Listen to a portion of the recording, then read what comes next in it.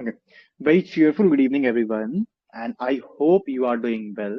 And I heartily welcome you in this mega debate. And what we promised before about this debate, with filled with logic, passion, and unshakable conviction.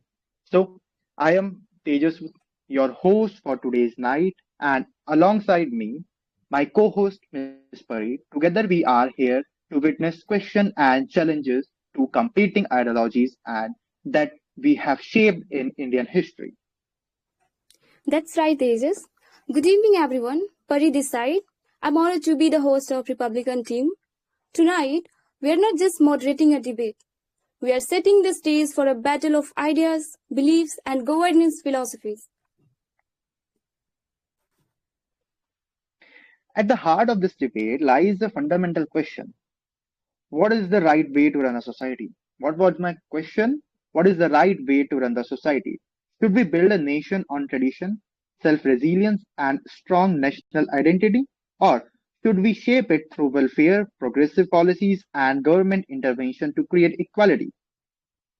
This is the eternal clash between the right wing and left wing. Two sides, two visions, and tonight, two teams ready to defend their beliefs. By the end of this debate, you may Okay, find your so views this is the challenged. eternal clash between the right wings and left wings. Yes, and by the end of this debate, you may find your views challenged, reinforced, or even completely transformed. So listen closely, think critically, and let the battle of ideas begin.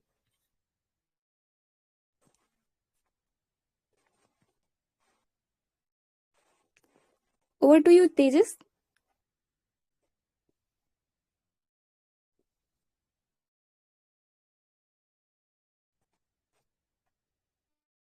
Are you there, Tejas? Yeah, Maybe he's facing network issues. Okay, I can host for if you agree to that. Like, can I host? Natin Nisuram has joined. I hope he's there. Okay, guys, can you please make sure am I Yeah, you are audible. Yeah, go on. Now it's not audible. Rejoin.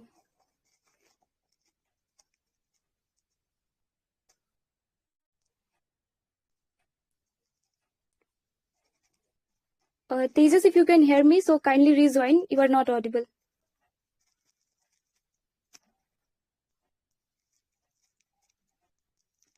Ram, you there? Yeah. Like, should I host from his side? Like, if he's not ready, if he's facing issues, I'm a good host. Of course he can. Okay, let's ask him. Okay. Wait for a while, guys. Are you getting my voice now? Yes, we are getting now your voice. Am I audible, everyone? Yeah, you are audible. Okay. Okay, sorry for that. My network is getting some glitch right now, so I hope from now onwards I will get a very nice network. Okay.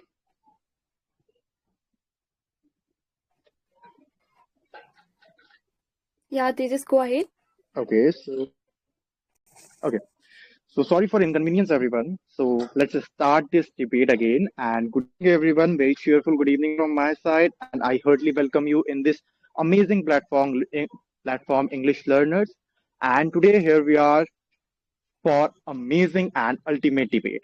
So I am Tejasvi, your host for tonight, and alongside with me, my co-host and my friend as well, Miss Pari. Together we are here to witness question and challenges two competing ideologies that we have shaped our Indian history.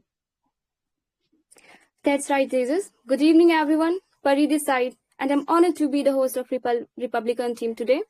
Tonight, we're not just moderating a debate, we are setting the stage for a battle of ideas, beliefs, and governance philosophies.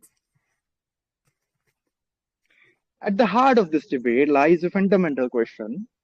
What is the right way to run a society? What was my fundamental question? What is the right way to run a society in this era? This is very important to run the society, and In this era, I am getting this. The people are having some misconception to run a society. Should we build a nation on a tradition, self-resilience, and strong national identity? Or should we shape it through welfare, progressive policies, and government intervention to create equality? This is the eternal clash between the right wing and left wing. Two sides, two visions, and tonight, two teams ready to defend their beliefs. By the end of this debate, you may find your views challenged, reinforced, or even completely transformed. So listen closely, think critically, and let the battle of ideas begin. Okay, that's wonderful, my co-host. Now we have set the stage. Let's break down how tonight's debate will unfold. We have two teams, Republicans and Democrats. Each team consists of five participants and they are mentored by two amazing and experienced guys. The Republicans are mentored by Mr. Firescar with their knowledge and with their confidence. And the Democrats are mentored by Mr. Harsh Rawat with amazing and creative mindset. Yes, and of course, no debate is complete without those who ensure fairness, logic, and structure. So before we begin, let's introduce our panel of esteemed judges who will be analyzing every argument, every counterpoint, and every word spoken tonight. First, we have Dinesh, an experienced judge with a keen eye for logic, clarity, and well-structured arguments. He has seen countless debates, and trust me, he knows exactly what makes a winning speech. Next, we have Jade Ma'am, a powerhouse of vocabulary and articulation. If there is anyone who can catch the perfect choice of words or a flaw in expression, it is her. She has hosted multiple vocabulary sessions, and tonight she'll be listening very closely to how well our debaters craft their arguments. And finally, we have Nikhil sir, also known as Mr. Popular for a reason. His experience, wit, and dynamic personality make him a judge who sees not just the argument, but the debater behind it. He understands what makes a speaker truly connect with the audience. Now I hope that you are all well aware of our respected judges, so now it's time to get to know about our teammates. For this, I'd like to invite my co-host, Mr. Tejas, to introduce their teammates. Okay, thank you very much, Ms. Puri. Now let's meet the Team Democrats. This team that stands for progress, inclusivity, and reform. First, we have Ms. Anam, pure fire, and her arguments are such amazing arguments. Hits very hard, and her passion, such a great passion. And then there is a Vijay, sharp mindset, fast, and very amazing answers, very knowledgeable person we are having right now, Mr. Vijay. And next we have Siddharth, a counter attacker specialist. If you think you are going to be win, no, you will have to think it again if Siddharth is here. We have PsychoQuit, a quick learner, always evolving, always adapting, ready to prove herself. Finally, we have Astha, calm, cool, and composed and precise mindset. Every word matters of the Astha. Such a great speaker, such a great debater. Now, for Team Republican, I would like to call my fellow co-host to introduce her team, Miss Pari. Thank you very much, Tejas. Now let's meet the participants representing the Republicans, the team that believes in tradition, self-reliance, and national strength. First up, we have Ayush, sharp, strategic, and a true fighter in every debate. Then there is Anu, fearless, optimistic, highly energetic, and never afraid to call out flaws in arguments when she observes it. Next, we have Serenade, a thinker, a speaker, and someone who knows too much about this topic and will come with her creative mindset and enthusiasm. And completing our Republican lineup, we have Rishi and Priyanshu, two debaters who are more than ready to defend their ideology with facts, logic, and conviction. Okay, thank you very much, Miss Puri. Both sides are set. Both teams are set. Our respected judges are also set, and my lovely audience are also set. And stage is set to get ready fire. So let's start this amazing debate. So now Yeah, I would like to call my fellow co-host for the rules and regulation and format about debate. of course. Thank you so much. The rules are very simple. Each participant will be assigned a unique topic related to the right versus left-wing ideology. Once called upon, the debate will proceed in three structured stages. Now, for explaining the format of debate, I would request you, Tejas, to explain format with me. Over to you, Tejas. Okay, thank you very much, Ms. Pari. First, the participant supporting the team will deliver an affirmative speech for 2 minutes. Then, the opposing participant will counter with a negation speech for 2 minutes.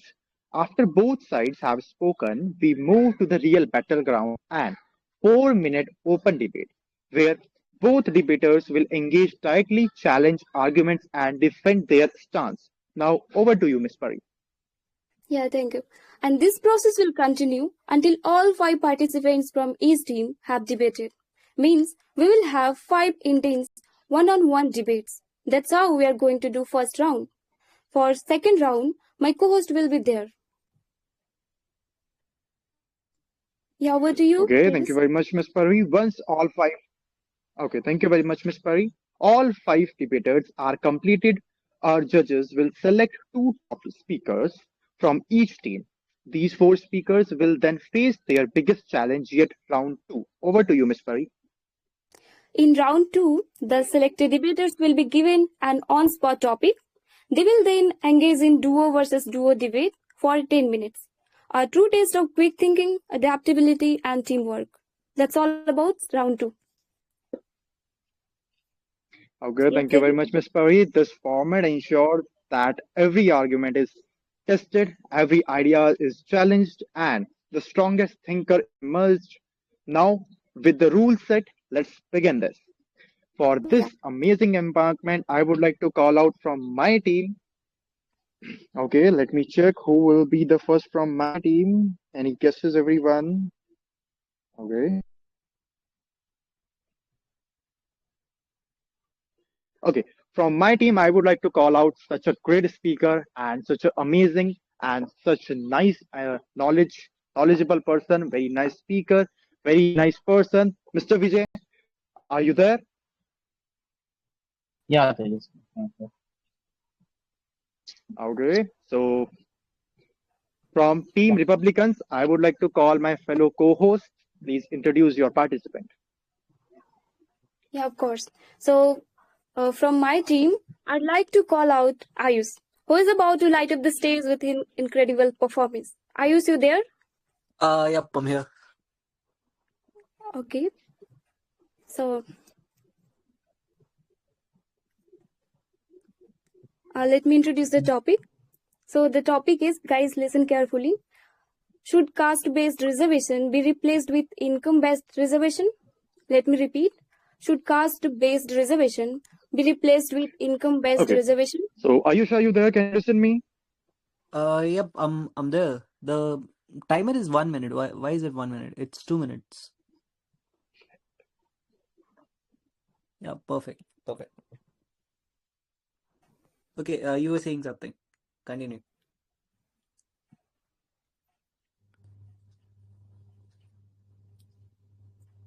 Ayush, did you listen the topic? Yeah, I heard the topic. All right, so you can move ahead.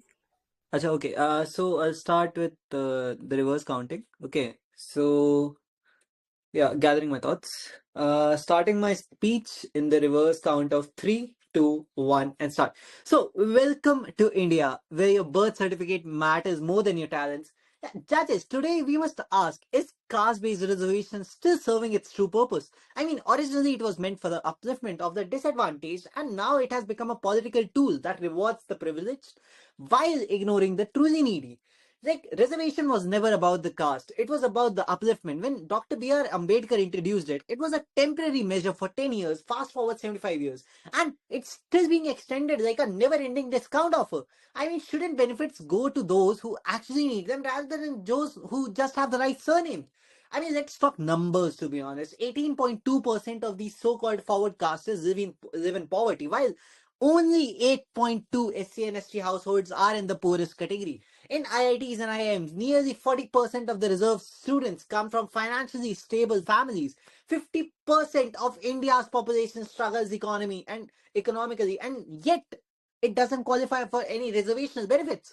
So reservation should be for the weak and not for the privileged itself. I mean, imagine a billionaire's son from the reserved category getting an IAS seat while the poor Brahmin son sells tea. How is it fair? Today's caste no longer determines the oppression. The poverty does. And the most important thing is that income-based reservation is the only fair solution, because if reservation is meant to help the disadvantaged, why should a rich SC doctor's son get benefits while the poor OBC farmer's son struggles? Instead of caste, why not just consider income, education, economic status? That way we really help the needy. Even if they are Dalit or Brahmin or OBC, it doesn't matter. So it's time we stop rewarding the wrong people just to maintain a broken system. And on that note, let me end with this, that in India, poverty is not your biggest mistake. Your mistake is getting born in the wrong caste itself. Thank you. Yeah, thank you, Tejas. It was exceptional. You rocked. Vijay, you there? Yeah, I'm here. Okay, you can go ahead. Okay.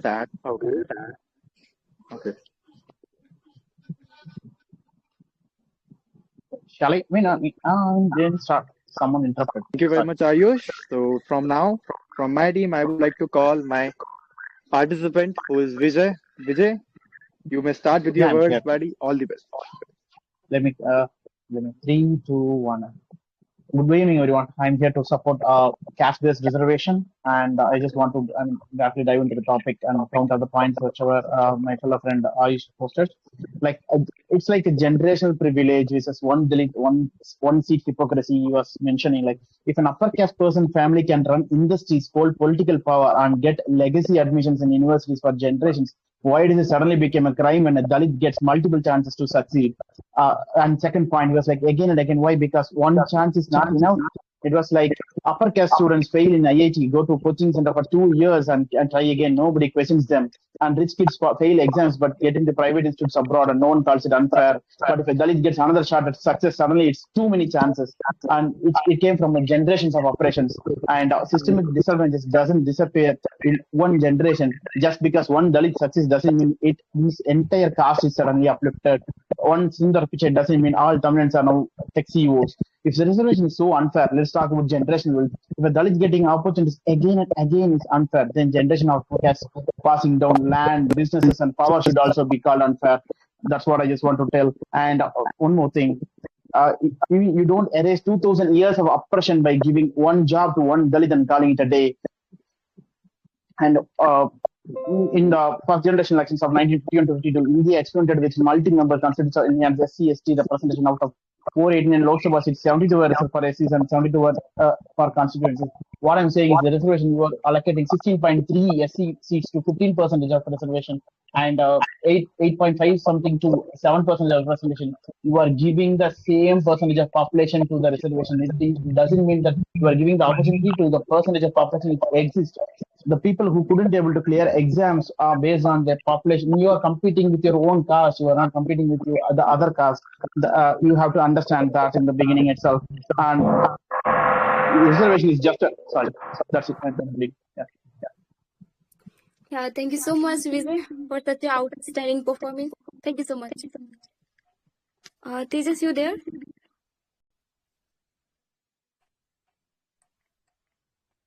Tejas, can you hear me? Okay, so he might be facing network issue. Ayush and Vijay, you both are there? Yep, I'm here. Am I audible? Yes, you are audible. So, are you guys ready for one-to-one debate? Yeah, I'm here. I mean, yeah, ready when you are. So, should I start? Yeah, of course you can. Okay, Go so ahead. starting my speech in the reverse count of 3, 2, 1. Oh, how noble what you say that if Dalit gets another chance at success and I'm calling it unfair. Let me just tell you, success isn't a charity program. If someone earns success, no one calls it unfair. But when someone is given an advantage at the cost of someone else's rightful opportunity, then that is not another chance. That's robbing merit to compensate for history. And that I will not allow. The rural poverty affects all castes and not just the Dalit people, right? 80%, let me repeat, 80% of India's poor live in rural areas across all castes. So why does a poor farmer's son from a general category gets no help while a rich urban reserved category students just gets the full benefits? My very huge question is that Tamil Nadu has 69% reservations, violating the Supreme Court's 50% limit. Is the law optional when it comes to reservation or what? And also, the second question that I want to pose is 40% of IITs and IIMs reserve students come from financially stable families. Why? Tamil Nadu is having 69% right yourself. Why are you? And that's why Tamil Nadu is securing everything, and is succeeding in most of the fields across India. And we have doctors, we have engineers who are succeeding everywhere, and we have more hospitals. We are producing quality doctors and engineers. The quality doesn't matter. I mean, the quality is not degrading in terms of reservation on the basis of reservation. So we have 16% reservation model, and that works. That the proof that works. Tamil Nadu is an excellent model. Thanks for bringing up the Tamil Nadu model. And when Dalits, OBCs, and STs hold powerful position, no one can deny them entry into temples, jobs, or leadership roles. You can abolish untouchability by giving a doctor seat to a Dalit. The Dalit doctor can actually touch a patient from an upper caste and treat them well. This way, you can abolish untouchability. Untouchability exists. You have to accept the fact and you have to work on it. Okay, so if you say so that this exactly is then let me just break it down. See, you talk about the doctors that are actually becoming due to the reservation, but let me just tell you the facts. The facts state that the doctors that actually qualify with the categories like 150 numbers or 200 numbers in NEET, while the general category is actually qualifying at 600 numbers. What is happening is 50%. The AIMS has conducted a study and it proves that 50% of the people who are coming from these particular reservations are not even able to pass the medical exam. So answer me the question that why exactly should the reservation will be given in such a sensitive field in which you play with a man's life and death situation, in a field as such which can actually determine the life and death about a person that you are not learned enough or you're not qualified enough to do so. Your time. If the reservation really reduced quality in Tamil Nadu hospitals, we were the ones who fought COVID very well. If you could check the statistics, and if you are not able to clear the exams for the past 30 years, are you serious? You have to check the facts. In Tamil Nadu, Tamil Nadu played a vital role in eradicating COVID, and instead it is one of the most India's developed states in medical. Like, we have more hospitals, we treat patients, and medical tourism is very famous in Tamil Nadu in comparison to other states of India. And that's it. Like, reservation is not about charity; it's about representation. Like, we represent people, and the people are representing in the field where they have opportunities to do that. So, if the reservation is given, it's like, hello. Yeah, more leaders from marginalized communities and people representing the respective fields as well as. So why does Glitching? Hello. Yeah, sorry. Yeah.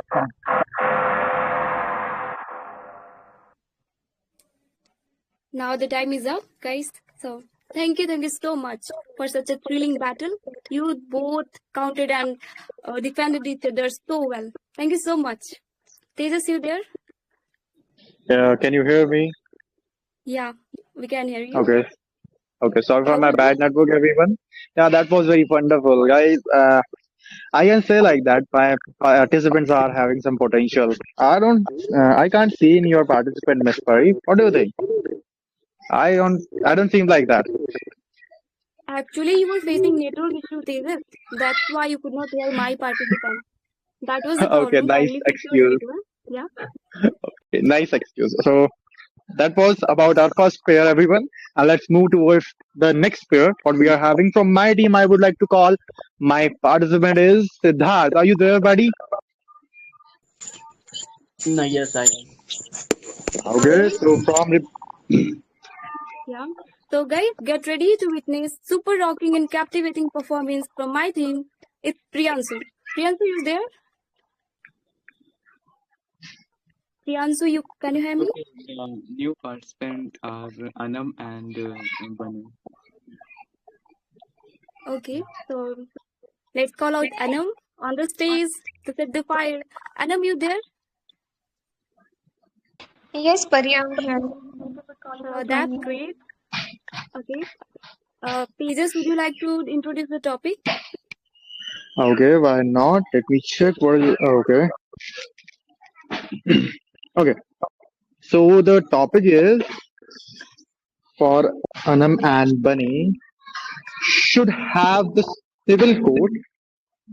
Okay, let me recheck. I'm having some. Okay. Anam and Anam. Okay. Are welfare schemes necessary for just vote bank politics, guys? Do you see? So this pair is going to debate on this topic. Keep your ears on my words. Are welfare schemes necessary for just vote banks and politics?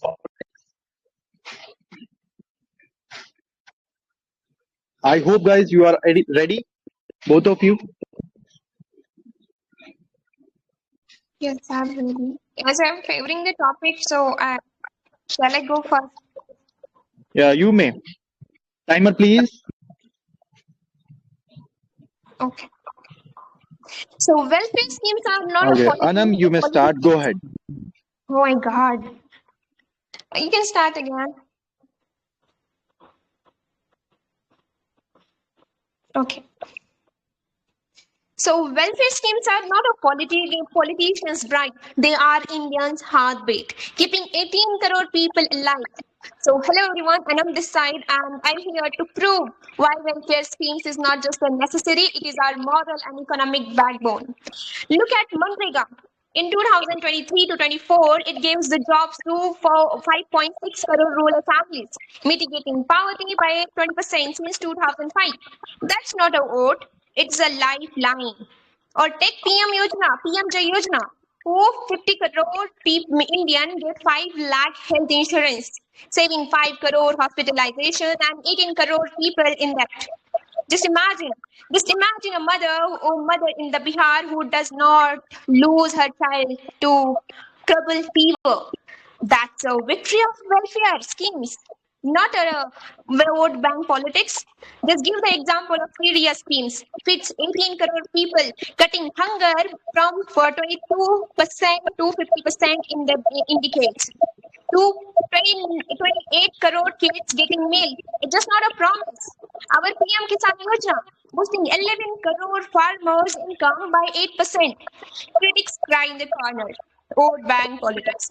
But when 60% of the Manrega workers are women working and breaking the poverty chain, or when Ujjwala Yojana 8 crore gas consolation saved the lives from the smoke. I ask, I ask, whose vote matter more than their dignity? Welfare schemes just get the 12% of our budget. Yet every rupee returns in the form of 1.5 rupees in the growth. India does not just need welfare; it thrives because of it. And that's growth leader. That's not any election slogan. Thank you. Thank you so much, Anam, for such outstanding performance. Siddharth, you there, buddy?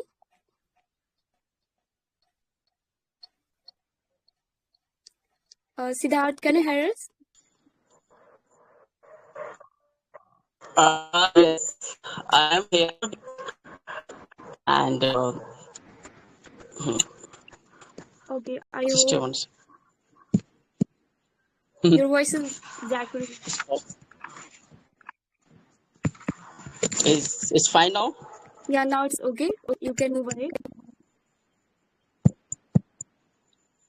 Mhm. So I think please correct me, guys. I think my topic was open borders, right? Okay, you can move ahead with that. Today, I introduce I the think topic again. Actually, okay, Pari, it's please. Bunny. My opponent is Bunny, who is against of this topic. Okay, Siddharth, kindly mute Advice. yourself. Sorry for the inconvenience. Bunny, you there? I'm here. Okay, dear. So, do I need to re-explain the topic? No. My topic was welfare schemes only. Okay. Yeah. Anam, is your opponent? Yeah, exactly. Yeah. Okay, yeah, dear, you can go ahead. Okay. So you may start the timer now. Just right before the election, okay. Just right before the election, our political leaders remember that we have poor farmers and poor families in our country, and therefore they come up with a welfare scheme that they promise will fix all the problems of the people. Yes, that's India. Here we are. In India, we spend around 5 to 6 lakh crore. Yes, you heard me right. That's the number on welfare schemes each and every year. But that might be surprising if I disclose that 80 to 90% of this huge amount goes right back into the pocket of our corrupt officials. Yes, that's the truth. As per the World Bank report of 2018, India has been slammed at an international level for its inability to implement welfare schemes because of corruption and leakage of funds. Not only that, but when we talk about biggest successful schemes out there like Manrega, it has also faced criticism, and it's also failing when you look at it on a deeper level. On surface, it might appear that it's wonderful. For example, 20 to 30% of the fund of Manrega, as per the report from IIT Delhi, has gone into corruption and leakage of fund. Not only that, my fellow opponent said that PM Jai Yojana has been a huge success, but that's not the truth. In PM Jai Yojana, we have majority of the hospitals are from private sector, so they are not really helping out the rural people. Rural people still don't have the basic amenities in our country. Well, my opponent, the thing is, in our country, welfare schemes are literally putting a band-aid on the problem. They're not solving the underlying issue ever. They're not eradicating poverty. They're just putting out the symptoms. They are making sure that people get diverted from the real issues, and political leaders keep on winning the elections on the name of welfare schemes. Welfare schemes are nothing but they are basically short-term solutions to our long-term problems. So is this the solution that we have to all the problems? Welfare scheme is a wastage of money for a country like India where we have plenty of problems and corruption exists. Thank you so much, Bunny, for such an excellent performance. Thank you so much. You rocked. Tejas, you there? Yeah, I'm here. Can you hear me? Yes, I can hear you. So, Anam and Okay, Bunny that's both are wonderful. ready to counter and defend each other, right? So let's get ahead with this. Bunny and Anam, are you guys ready? Yeah, I'm not. Okay, go on and best of luck. Okay, that's really great, Mrs. Bunny, because you say that the welfare scheme is just waste of money. So, what is the benefit we are getting from Manrega? Like more than 5.6 people are getting the employment, where the employment is very high, but still more than 60% of the population are living in the rural area, and they are getting their bread and butter because of this Okay. scheme only. You also talk about Yeah. the short term, welfare schemes are just getting the short term gain, not long term. What about a scheme like the PM Yojana? You also mentioned the wrong data about this. And what is about the previous Yojana that gives the 5 lakh crore of insurance to the each and every citizens of India? Okay. And they are also Okay. including the private sector in it because the people should get the benefits from the private sector as well. And if I Okay. talk That. about the Manrega, they are giving the benefits and reducing the 20% for poverty of the India. Up to. Okay. Okay. So first of all, let's talk about Manrega, right? Since we're talking about it. So are you even aware that in majority of the cases, Manrega has failed to even provide the minimum wages to people? Just tell me that just by providing a minimum amount to people, you will bring people out of poverty. Like with these schemes, we are putting people in poverty so that these political parties keep on winning with the same agenda over and over again. And you said my data was wrong. No, my dear.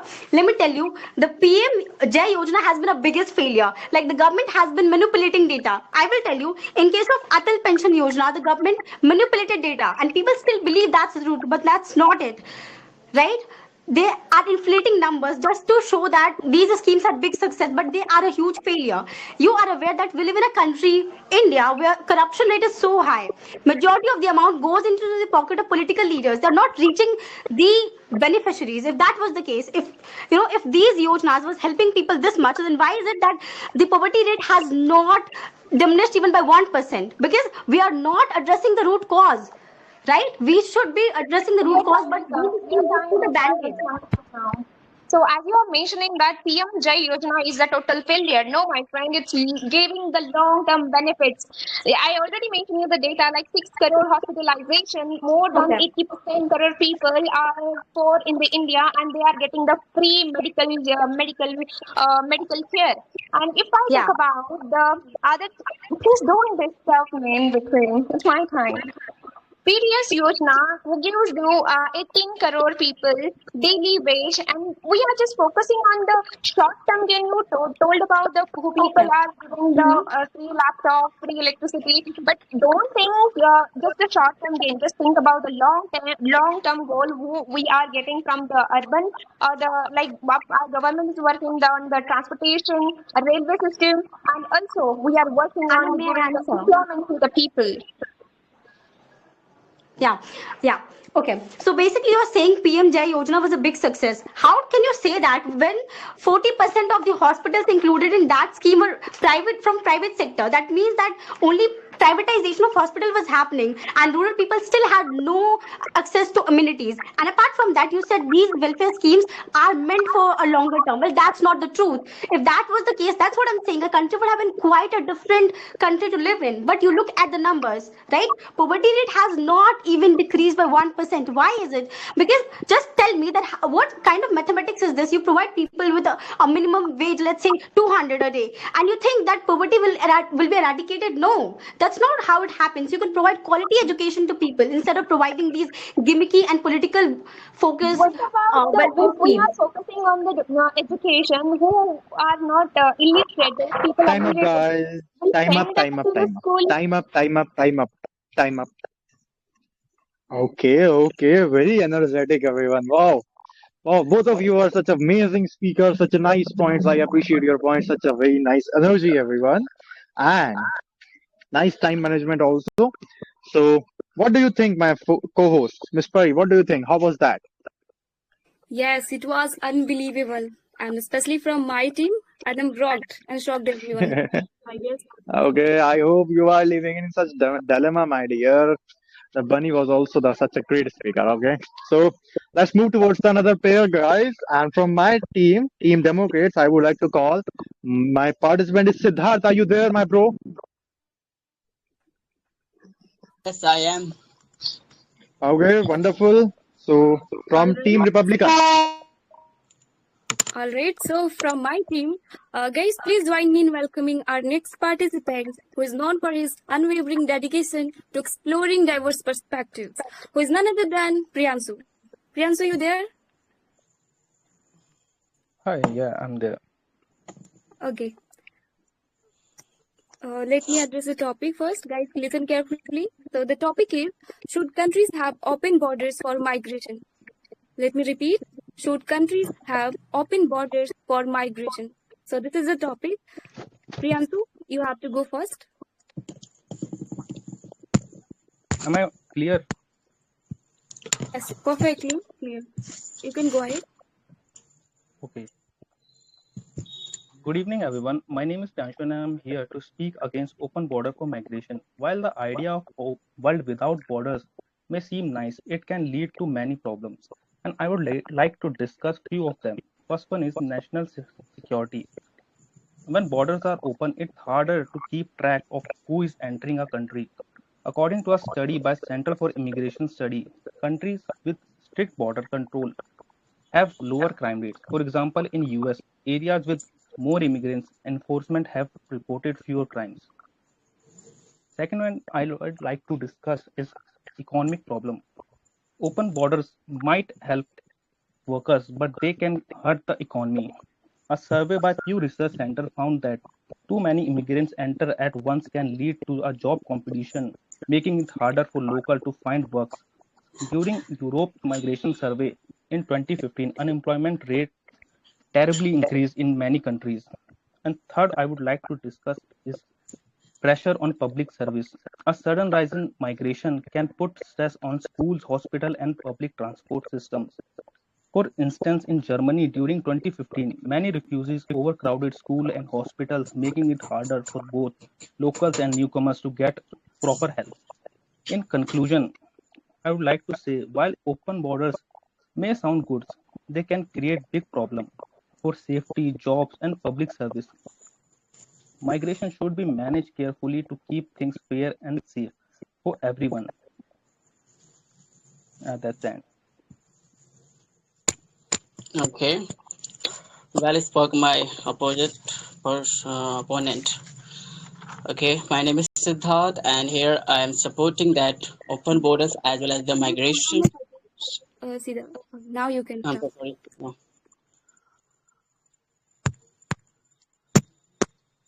Yeah, please. So yeah, hey, this is the Siddharth, and here I'm supporting for migration and as well as open border that it should be allowed, not only that India, I think all over the world.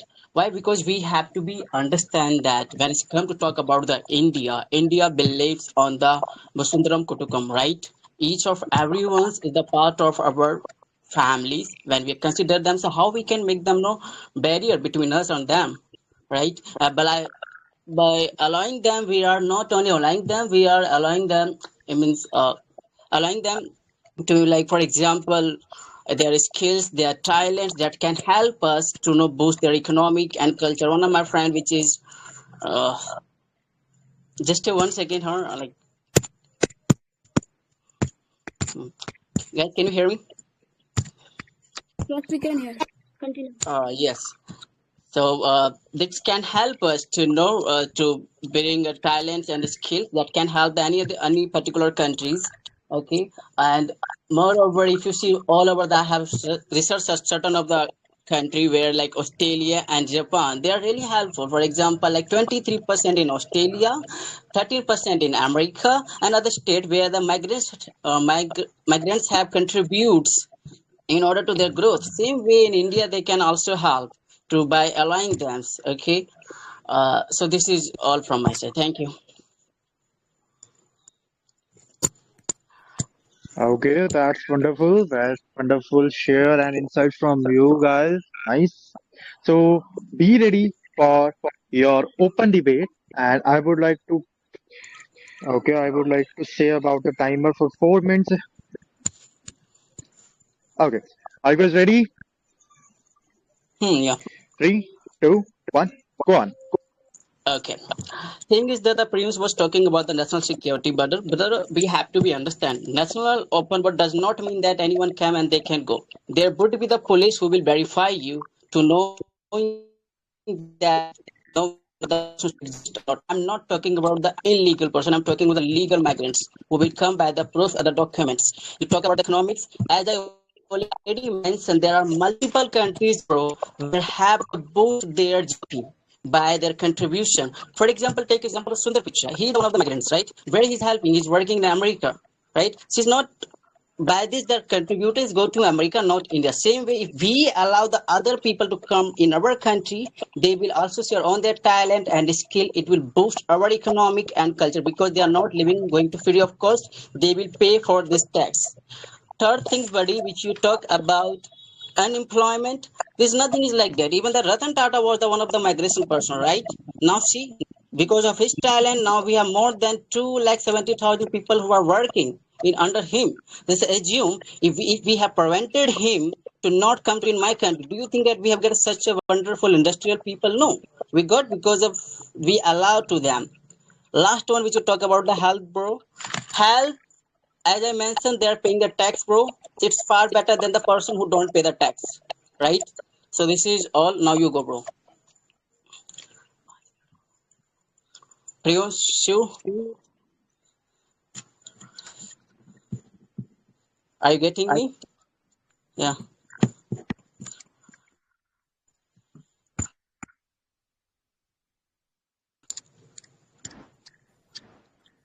Priyanshu, you can go ahead. Priyanshu, are you Can you there? stop Are the you? timer? Can you listen me, Priyanshu?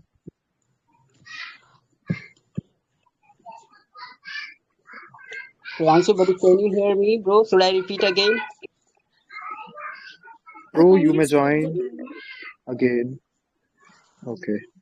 Priyanshu, are you there? Can you listen me? You can join again, bro. Are you there?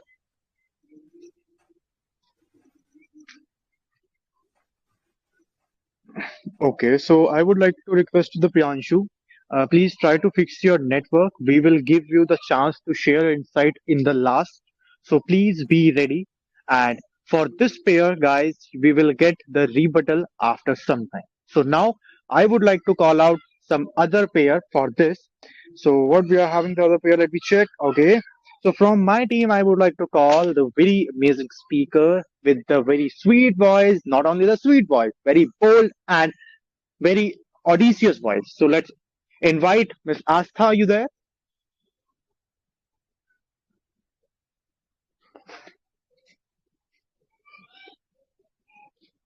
Okay, Astha is here from Team Republican, who will become my co-host. Okay, so from my team, let me extend a warm invitation to Sepulchre Serenade. Guys, let's give a round of Oh, applause for her. Serenade, you there?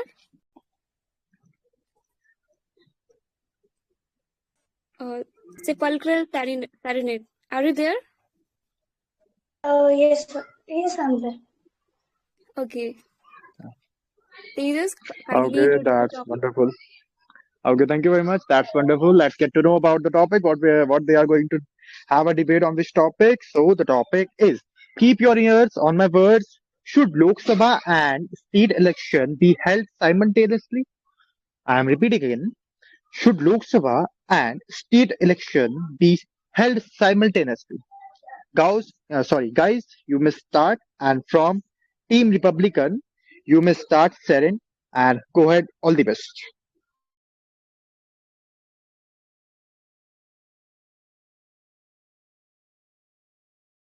Do I need to start? Yeah, you have to start. Okay, okay. Sorry. Yes. So, democracy is not merely a form of government, it is primarily a mode of associated living, of conjoined community experience, said by Dr. B.R. Ambedkar, the architect of our constitution. His words remind us that democracy thrives on unity and shared purpose. Today, as we discuss the idea of simultaneous Lok Sabha and state elections, we must reflect on the essence of our unity. One nation, one election, not one nation and many elections. The concept of simultaneous elections is not just logistical reform, it is a transformative vision. Currently, the cycle of frequent elections disrupts governance, diverts resources, and fragments national focus. Imagine the administrative machinery, security forces, and public funds that could be redirected towards development if elections were synchronized. It's not about reducing the democratic process, but enhancing its efficiency. Moreover,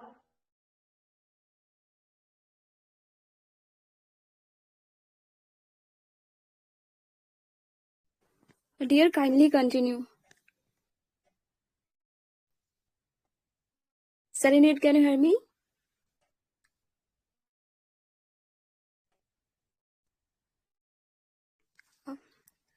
Serenade, can you hear me?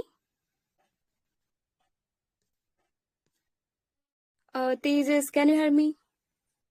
Yeah, we can hear you. I hope some network glitches are happening with Everyone is everyone. I don't getting know why. yes. Okay, And you please stop started the it. timer, my dear. No, I didn't start it. It's not because of me. hey, Okay, It's just because of I'm you. very sorry. okay, no worry about that. Kindly have a timer from 25 seconds.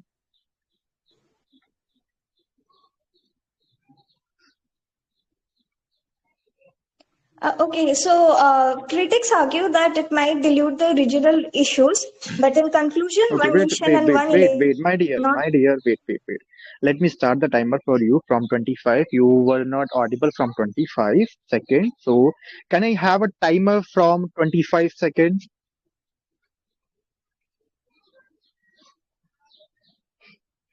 Okay, Harsh, are you there? Can I have a timer from 25 second? 25 second.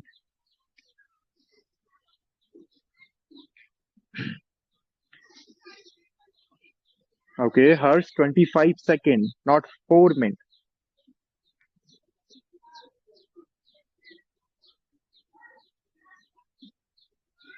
25 second. Okay. Okay, that's great. Now you may start, Serenade. Go on. Okay, so critics argue that it might dilute the regional issues, but I believe it amplifies them. So, in conclusion, one nation and one election is not just a slogan, it is a step towards a more robust, efficient, and united democracy. Let us embrace this vision not just as a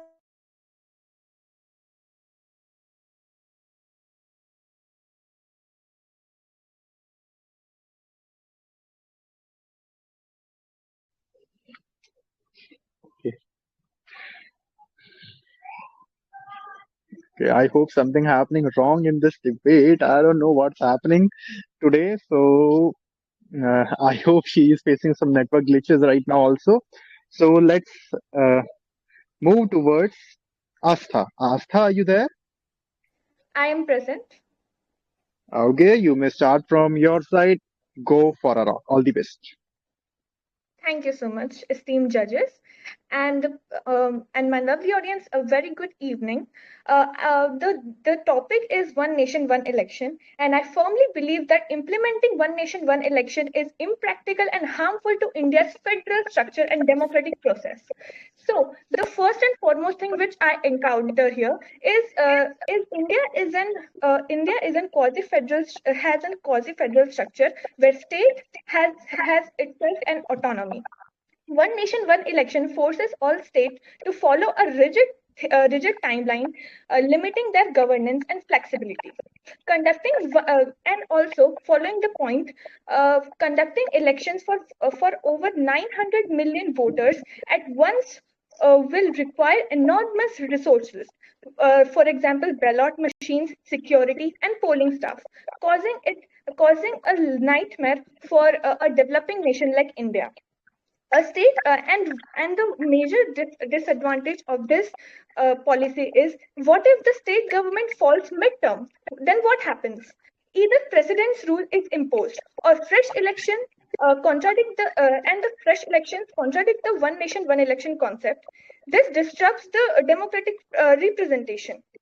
While you claim voters turnout will rise, the study shows that when the multiple elections are clubbed, the voters of 10 will get overwhelmed and leading to lower engagement with local issues.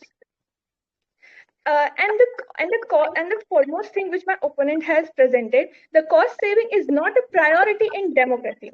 Even if one nation, one election reduces the expenditure, democracy is not about cost cutting. It's about representation and governance. India is a federal democracy, and imposing a rigid electoral cycle disrupts the regional governance and weakens the state autonomy. It will also overburden the security and polling staff.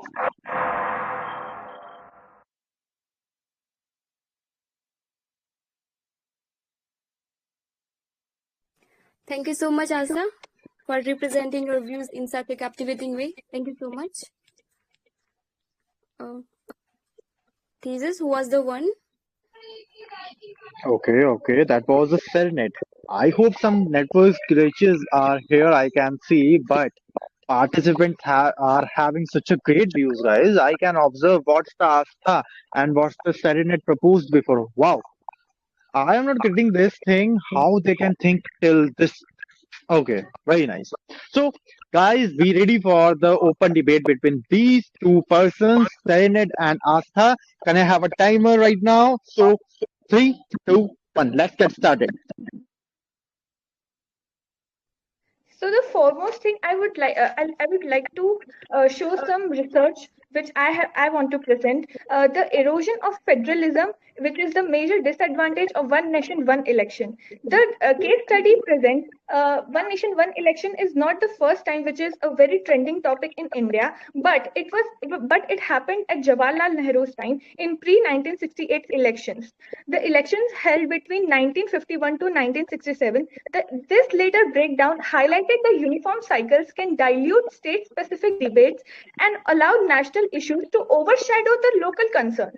The local concerns is really an important issue in Indian democracy, as we have amendment 73rd and 74, which I got your question, Asta. The thing is that while the scale is significant, India has successfully conducted simultaneous elections in the past, such as in 1952, 1957, and even in 1962. With the advancements in technology and better coordination, the election commission can manage the logistics effectively, and even the studies suggest simultaneously that elections could increase the voter turnout by reducing the voter fatigue. For example, that is in the 2019 of the Lok Sabha elections, where the voter turnout was 67.4%, while some state elections held separately, say lower participation, and a single election cycle could not encourage more people to vote on it. Now, my question to you would be, if frequent elections disrupt governance due to model code of conduct, how do you propose to ensure uninterrupted development while maintaining separate election cycles? Okay, so first and foremost thing you mentioned about the things. So the first thing I want to highlight is India's electoral scale is too large for one nation, one election. In 2019 Lok Sabha elections, 60,000 crore expenditure was expended, and 900 million plus voters was presented, and 10 million polling was personnel, and the cost was over 90,000 plus crore over 5 years. And the one nation one election means conducting all election at the same time, which requires 5 million EVMs, and the current stock of EVMs is 2.5 million, and it would also require more than 3% of polling booths that currently are unavailable, and the double of security forces, and the overburdening of police and paramilitary. And so Okay, this would face. so I got it, Astha, actually. See, as you already mentioned, as for the elections in 2019, the cost was approximately 60,000 crore, and it was a unified election. Now, how will you actually address the financial burden of conducting separate elections, which actually cost around thousands of crore and compromising the development priorities? Won't you think it would be much more? You are actually pointing out the point for me. Actually, creating separate elections would not harm any of the financial, but it doesn't matter about the financial issues, because India is a democratic country, and it is not about cost cutting, but it is about representation, as mentioned in the frequent Representation Act elections can never lead to imposition of the moral code of conduct, which actually restricts the government from announcing the new policies or projects. For even in 2018, the elections which were held in 11 states, causing multiple interruptions in governance. Simultaneous elections would have Time up. ensured the Time up, everyone. Time up. Okay. Very nice pair. Wow. Like the Cynet was having some network glitches, but at this time, nice point. I was not able to listen her properly, and very nice. And Astha also, great speaker, guys. You gave a very nice point, and I am getting some clarity. Especially, guys, seriously, I am getting some clarity about this topic. I don't know why. Like you gave a very nice point. So for the next pair, I would like to call out from my end, from my Team Democrats, the Psycho Kid. Are you there? Yes, I'm here. Okay, that's wonderful. And from Team Republican, my co-host. Yes. So from my team, I'd like to call out my last participant, who is a proficient speaker and gonna rock the stage. He's none other than Shivam. Shivam, you there, present? Yes, I'm here. Okay, so let me introduce the topic first. Guys, listen carefully. So the topic is, should India have a uniform civil code?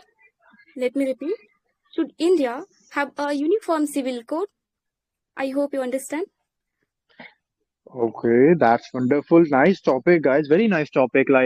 Should India have a uniform civil code? Nice. So, for this pair, can I have a timer for 2 minutes?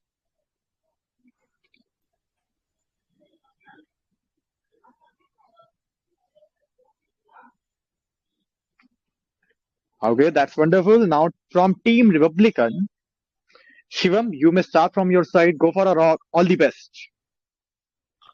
Yeah, thank you so much for giving me the chance. Uh, I am in the favor of uniform civil code as I support it.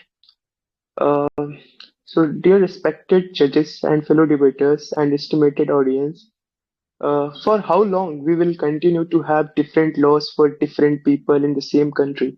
We claim to be a modern democracy, yet our legal system still follows a patchwork of personal laws based on religion. Isn't it time we embrace true equality with a uniform civil code? Let's talk about justice. A Hindu woman gets equal inheritance rights, but a Muslim woman gets half of what her brother gets. Is this fairness or just selective equality? The Hindu Succession Act reformed inheritance for Hindus, but why can't all women have the same rights? If equality is a constitutional promise, why does it come with religious exceptions? Opponents say UCC will erase diversity. Did the Hindu Code Bill 1955-1956 erase Hinduism? No. It only ended regressive practices like polygamy and child marriage. Triple talaq. Triple talaq was abolished in 2019, and what happened? Does society collapsed? No. It empowered women. Reforms strengthened traditions, not destroy them. And let's not pretend other countries haven't figured this out. Turkey, France, and the US follow uniform civil laws and their societies haven't crumbled. So why do we believe India, a nation of legal brilliance, cannot create a fair, balanced, and inclusive UCC? It's a simple one nation, one law for all citizens. The constitution demands it, logic supports it, and justice cannot wait any longer. I want to end my speech with a question to all the participants and my fellow debater, my fellow opponent. Are we ready to uphold real equality, or just we are just making excuses? Okay, time Thank you up. so much. Time up. Time up. Okay, can I have a timer for 2 minutes? Okay, that's wonderful. So, Psycho Quid, are you there? Yes, I'm there. Okay, you can continue from your side. All the best. Go for a rock. Okay, thank you. Good evening, respected judges, fellow debaters, and esteemed learners. India is a country built on diversity, with different religion, custom, traditions, cultures, etc., which have been coexistent for centuries. But now people want to replace this rich diversity with uniform civil code, which is UCC. It's a common law for personal matters like marriage, divorce, and inheritance. On the surface, it sounds like equality, but in reality, uniformity does not always mean fairness. Different communities have customs that exist for a reason. For example, the Toda and Jaunsari tribe practice polygamy as a survival strategy in difficult environments. If UCC forces monogamy, will it help them or make their life harder? In Sikkim, the Bhutia Lepcha community has a tradition where the groom's family give gifts to the bride's family. Will UCC recognize this, or will these traditions be wrongly labeled as taboo? For years, communities have had their own ways of solving disputes, like tribal councils, religious codes, and local governing bodies, which are faster and more trusted than our already overloaded legal system. But UCC will take away their legitimacy, forcing people into slow and expensive legal battles. Even the 21st Law Commission in 2018 clearly states that UCC is neither necessary nor practical in India. So why push for it? Is it really about justice or just a distraction from bigger governance issues? Instead of imposing a one-size-fits-all laws, let's reform what needs change and respect what works. India's strength has always been in its unity and diversity. Let's not erase that in the name of uniformity. Also, I would like to add, as my opponent asked, people have different, Muslim women don't get the inheritance. Maybe we could try to shape something in that instead of changing everything. Thank you. Okay, that's wonderful, wonderful, and especially that this pair is also the phenomenal pair, and very nice point from the Psycho Kid and Shum also. Wow, and especially about the Psycho Kid, very time limited. You are a very time, you are a very punctual person. Nice. So can I have a timer for 4 minutes?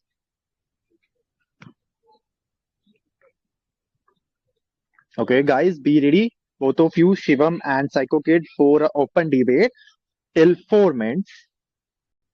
Okay, timer is getting ready for a 4 minutes. So please, guys, and here we go. Three, two, one.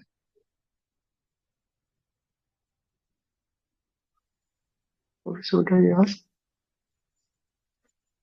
Okay, so my question for you is that if a secular country like India has one criminal law for all, why should civil laws be different for different religions? As we know that IPC is working well, and now we have BNS.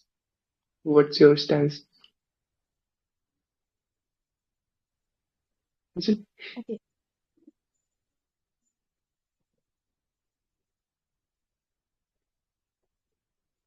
Should I go on or are you Yes. here? Okay, so criminal laws and personal laws aren't the same. Criminal laws are supposed to be followed without any religion, custom, tradition. Of course, criminal law does not hold any culture. But then personal laws do have their own sentiments, cultural, and tradition attached to it.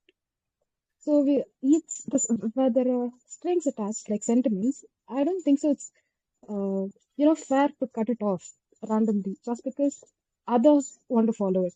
People have their own customs and traditions. So uh, a diverse country like India has much more, so we just cannot, wa- it does not fit everyone.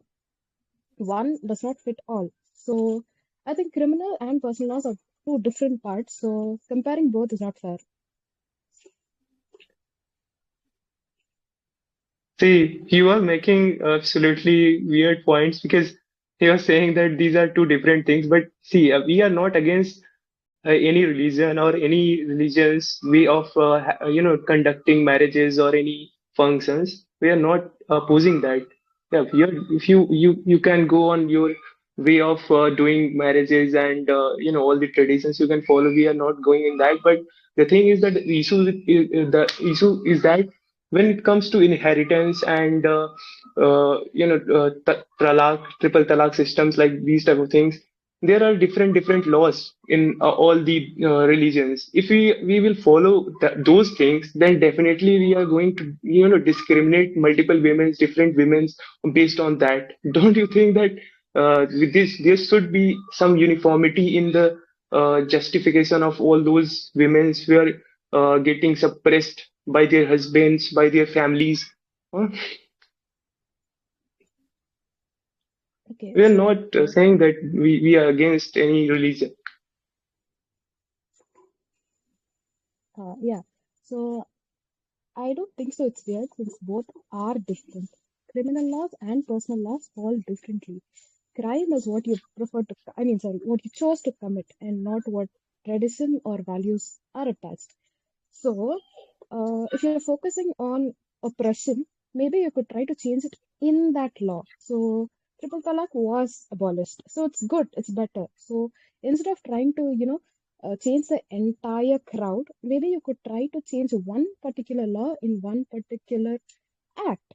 So, that would be See, even. in your speech, you were saying that yeah, these laws are very very easy to handle, and there will be easier way to proceed in the cases. But you are telling that we have to reform every law. You Hindi law, Muslim for Muslims there is another law. For any tribunal community there is another law. We have to improve, amend on those things. But why not? We can simply set a rule for like UCC in India, where Wherever we feel that there is an issue in this UCC, then we can reform it according to those things, those conditions. Then definitely it will be much easier and will be much easier to understand for people Time and up, to follow this. time up, time up, time up. Okay. Okay, okay. People. Very nice, guys. You're like, you are doing such a great job. I'm very flabbergasted to see you like that. Very nice point from Shivam.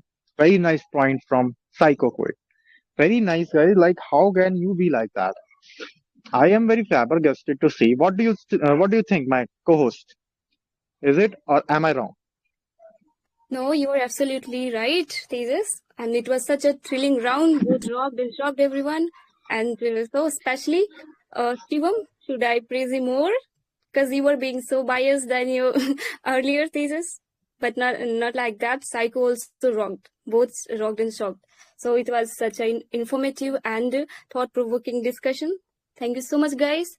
So Tejas, can we have the leftover participant? Like they didn't have one-to-one debate. Okay, okay. So, guys, as you have been well known about that, we are having some network glitches right now. So for that, we left some like okay, one pair. So for this, now I would like to call from my team. Okay, from my team, I would like to call. Wait, let me check. Okay, Siddharth, are you there? Siddharth, can you listen me? Yes, I can. Okay, that's wonderful. And from Team Republican, who will be there? Yeah, of course, it would be Priyansu to counter Siddharth. Priyansu, you there? Priyansu, can you hear us? I guess he's not present on the VC. Okay, Priyanshu is not here. Priyanshu, are you there? Okay, network glitches are very worst right now. So I have for this right now, I have to I have to exit this pair, everyone. I have to leave this pair for now because the network is very worst and time is very short. So okay, round one. That was all about my round one, everyone. Very nice speakers we got around one. Astha, Shivam, Psycho Quid, Serenade. But in round one, we were having some network glitches, but my father said to me like that, great things take time. What do you think, my co-host? Great things take time or not? Yeah, of course. It do take time. So, but not an issue. Like it was really excellent and such a thrilling round we had. So, did you enjoy it, Tejas? How was it? Yeah, I enjoyed a lot. Enjoyed a lot. Amazing speakers, amazing points, amazing energy, and nice. And so, all right, before we move into the final round, let's pause for a moment, everyone. This debate has been intense. I can see the people were very serious, very energetic, very enthusiastic towards this debate. And I think it's only a fair this that we take a second here some thoughts both from the audience and both from a debater. So anyone who would like to share some insights from audience and they want to share something about these debates, how whatever about the round one, how was that? So anyone would like to share? Yes, me, it's you. I want to speak out. You are asking what our thoughts are, even though it's so obvious. I would say Republicans absolutely dominated the Democrats. Republicans did better, I feel. Oh, now this is getting interesting. Go on, Ryuk. Don't hold back. Tell them exactly what you think. Sure, Pari ma'am. Republicans, I don't even have enough words to compliment your greatness. Anu absolutely cleared it out about the vote bank politics, how it works. Now I have utmost clarity in it. Ayush, what do I talk about this man? Ayush absolutely killed it when he spoke on various reservations. Even my misconceptions on the topic were gone. I am a very big fan of Ayush, and I also think that even the Democrats are the very big fan of him. Honestly, Tejas, if I were you, I would be so worried because I feel this is already a battle where Republicans are ahead. Okay, Duke, okay, that's always so passionate. But tell me something, were you watching the same debate as the rest of us? Or were you just listening the Ayush and Anu fan podcast? It should not be biased, my dear. So I mean, sure, the Republicans are having some strong points, but let's not act like a Democrat. Just sat there twiddling their thumbs. No, I would like to share something about Vijay. He didn't just give their point. He was such an amazing speaker. He brought in a history, context, and actual lived experience. And I would like to share something about the Queen also. She dismantled the ideas of the Uniform Civil Code is some magical solution showing why cultural sensitivity matters. And Anam, very nice speaker, very nice energy from Anam's side. She didn't give just different welfare scheme. She exposed how they are essential for survival, not just vote bank gimmicks, but of course you probably missed something, my dear. You should not be biased. Oh no, Tejas. Let's not interrupt our dear friend Ryuk. Ryuk, please, keep talking. We want to hear more about how the Republicans were perfect and the Democrats were just daydreaming. Oh, thank you so much, Svari ma'am. Finally, someone has a good taste here. All right, since Tejas wants me to acknowledge the Democrats, fine, I'll say something about them. They tried, I'll give them that. But let's be very honest. Republicans absolutely outplayed their counterparts. I would say this. Republicans, I am just in love with your presentation. You have already upped the ante of this debate. You guys are the reason we all are listening so eagerly. Thank you so much. Oh, no, guys. I think Democrats did better. In fact, I don't know what Ryuk observed. I doubt, Ryuk, if you really listened to the same debate as we did. You know, words were weapons for Democrats. And that they presented in such a fearless and fiercey manner. I can't, express. I don't know why I can't even stop complimenting about the Democrats. Did you saw Anam's confidence and content? It absolutely killed the show, yeah. She countered her counterparts in such a classy way. And Vijay, his words were deeply resonated with everyone's consciousness. And I believe they struck the Republicans even more profoundly. Okay, RS, but you know what? You can talk all you want, but the final round will prove me right. And when the Republicans win, I expect an apology from you to me and the Republican team. Oh, really? If Republicans win? Okay. I will put a profile picture of Republicans. And I'll write, "You were right" on that profile picture. But Ryuk, don't get too excited. It's not going to happen anyways. It's not going. It will never happen. I'm saying. All right, guys. Let's not turn this into a social media battlefield. Our debate is about logic, not profile pictures.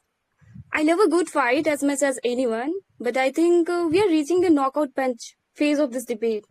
And we're not even in the second round yet. Teasing, great. A little fire, even better. But if we start acting like this is a battleground instead of a debate, then we're just proving that logic lost the moment over emotions took. So.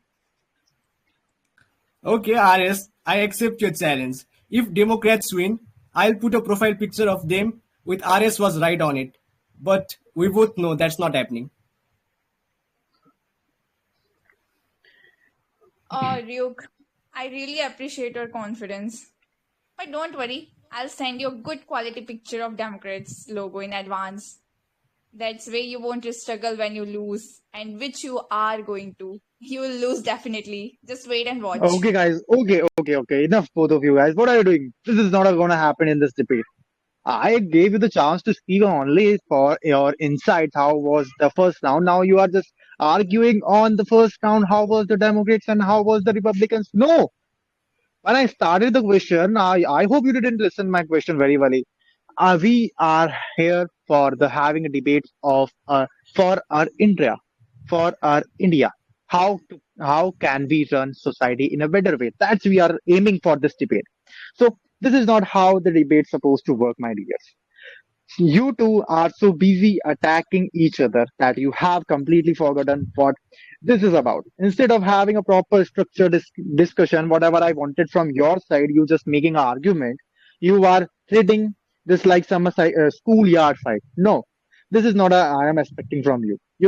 You think shouting over each other makes you right? No. You think sarcasm and mockery replace actual debate skills? No. If this was a real competition, you both would have been thrown out by now. So, Okay, sir. Sorry.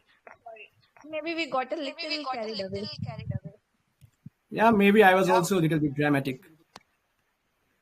it seems like that it was some only little bit. That was too much, guys. That was not a little bit. Okay, maybe it's a lot, but still, yeah, our arguments were solid. I have to agree. Okay, now that this is not a debate on based you guys, not a RS and not a you. We are having a debate on the basis of Republicans and Democrats only. You two may have a loud voice. You are having made democratically or like arguments, and honestly, you might be the biggest troublemaker in this debate. I seems like that you are going to make some trouble in this debate, but you are also the most passionate I can observe. Like you listen to everyone about the Duke and RS. You were the good listener, I can say like that. And passion is exactly what we need for the hosting. Someone who can keep the energy alive, make sure the debate is engaging and challenging from both sides. So, if you can promise me to things will be fair, structured, and under control, then I'll do something I never did in my life. Do you promise that? Yes, we do. Oh, What's that? Yes, sir. Okay, okay. so Now it's let getting okay, let's be ready for my announcement. What I am going to do for you now. Officially, I am announcing this, and I am inviting to both of you for hosting the round two. That was a very big announcement from my side. I am inviting you to hosting the round two. Now it's time to show your insights. Now it's time to show your passion. Now it's time to show your energy. Now that's getting interesting. Honestly, I was just here for the drama. But you know what? I agree with Tejas. You two are the perfect chaos duo to keep this debate going. So what do you say? Are you up for this challenge, guys? Oh, wow. So nice. After all that yelling, you are finally admitting that we are the best for the job. Thank you. Okay, no, I'm not admitting that you are the best for the job. Don't push it, my dear. I am just giving you the responsibility as per your passionate and as per your enthusiasm. No, it's your responsibility to make this debate very amazing. Fine, fine. Challenge accepted. Get ready. Because the round two is going to be more legendary now. Now, Tejas, are you sure about it? You do realize that you gave power to the most unpredictable people here, right? Okay, I know these persons are random in the VC in this debate, but I don't regret about that because these persons are having such a nice passion. They were arguing, definitely they were arguing, but nice passion, nice energy, nice enthusiasm, good listening skills. I hope they will do very great. They will rock. All right. Ryuk and Aris, the mic is officially yours. Let's see if you can handle the pressure or not. All the best, both of you. Yeah, all the best Alright. from my end. Thank you, ma'am, Pari ma'am, and thank you, Tejas sir. So, guys, so Ryuk, are you excited? I'm very excited. I've never been this excited in my life. Haha, yeah, I can hear that, and everyone else too in the VC. So, let's move forward. The final round is coming up, and we'll let the best arguments decide the outcome. Everyone, take a deep breath. We are in the wild finish. So, let's just start round two. For round two, I would like to invite my co-host, Mr. Ryuk. Ryuk, Thank you could so you much, please Arias. explain? The Over second to round you. is called as the final debate. Here, the new topic will be given on the spot. And guys, Our exceedingly talented debaters will embrace the topic and leave you all astounded. So be ready for it. And let's not forget, it's very important to adhere to the time. Yeah. And the debate will be spanned for about 10 minutes with 2 participants from each team. Wow. So is it going to be a 2v2 debate? Yes, Ryuk. It will be full of hit, excitement, and thrilled, and arguments. You can imagine the heat. So I'm so excited. yeah. Maybe our judges are working on the result, right? I'm very keen what it's gonna be like. Yeah. So let's see if judges are ready to give their verdict. So Hi, judges. Judges, respected judges, are you ready with your verdict? If yes, please come up and announce. Okay, maybe they might be taking a little time. So till this time, we can engage the audience by asking some questions, very interesting questions. What do you say, RS? yeah, the questions which you are not able to answer yourself, you are going to ask audience, right? Yeah, I might not be smart, but the audience is very smart. The EL audience is the smartest audience ever. Well, I have to agree on this. I don't agree on the statements you made for the Republicans, but this seems to be correct. Our audience are pretty well smart. Okay, audience, are you ready? Okay, audience, since we don't have a platform to text right now, so please send me the answer in my DM, okay? And whoever answers it the first, I will give a shout out to that person. Okay, Aris, can you ask the first question? Yeah. So my first question is, it is easy peasy, I know. Everyone. So are you ready? Yeah. I'm very ready for getting DMs. Okay, guys, I'll give a shout out to whoever is the most intelligent. I know your trick. Okay, guys. So my first question is, how many times can you subtract 5 from 25? Easy peasy, right? Very easy. Very easy for me. Now let's see. Who is the first answer? That's not right, my fellow friend human. Anyone else?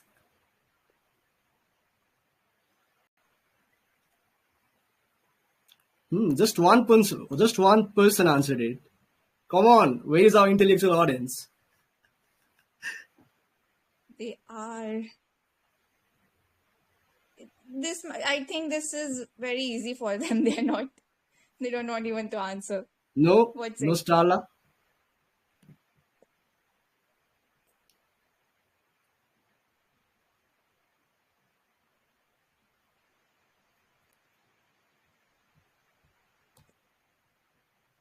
Yes, Starla. Like Starla gave right answer to this. So Starla has 1 point now.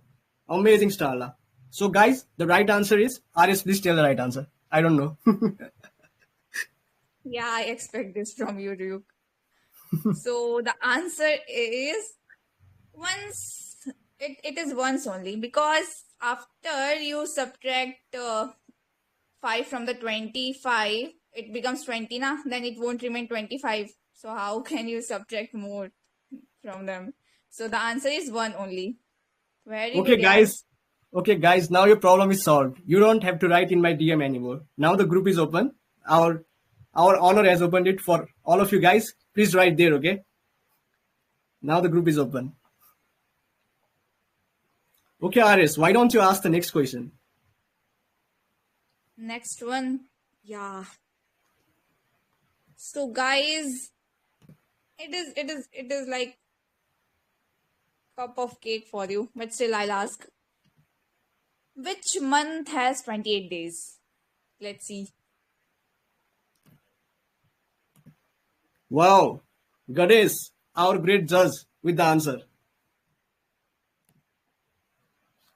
He has the speed of light, absolutely. That was so fast. Starla is also right, but Ganesh sir was faster. Now, judges, do we have the result now? If yes, please announce it. Come up and announce it.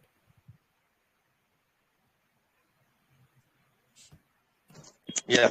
Am I audible? Yes, sir, you are. Okay. So first of all, good evening to everyone. The debate was very smooth and professional too. But yeah, of course, from both the teams, only two people can go and lead the second round from their respective teams. So from Team Democrats, Psycho Kid and Anam, they both are going to lead the team in the second round. Okay, again repeat. From Team Democrats, Psycho Kid and Anam, they both are going to lead. So it's like women empowerment for the Team Democrats. And from the Team Republics, Sepulchral and Ayush. Okay, from Team Republics, Patricia or Sepulchral and Ayush. They both are going to represent their team in the second round. I think I was clear. Thank you. Yes, sir, you are very clear. So Bluebird, can we get the timer ready first of all for the second round? It's 10 minutes. So RS, how excited are you for this round? Oh my, I witnessed the first round. It was like stimulating and informative. Seriously, I was getting so much information how they were articulating the arguments. I was enthralled and I'm ready for the heat now. Likewise. I'm so excited to hear Patricia and Ayush from the Republicans. Yeah. By the way, congratulations to Ayush and Patricia, Psycho Kid and Anam. Yeah, all of the participants did really well, but like these two are our representatives for this round. So Ayush and Patricia from Republicans, are you ready? Yep, I guess we are ready. Yep, that's the energy. Yes, born ready. Amazing. Now Arius. Yes, Luke. I think there is some thing we have Do to we wait have... for a while. Okay. We have to wait for a while. Okay, sure, we can wait for a while.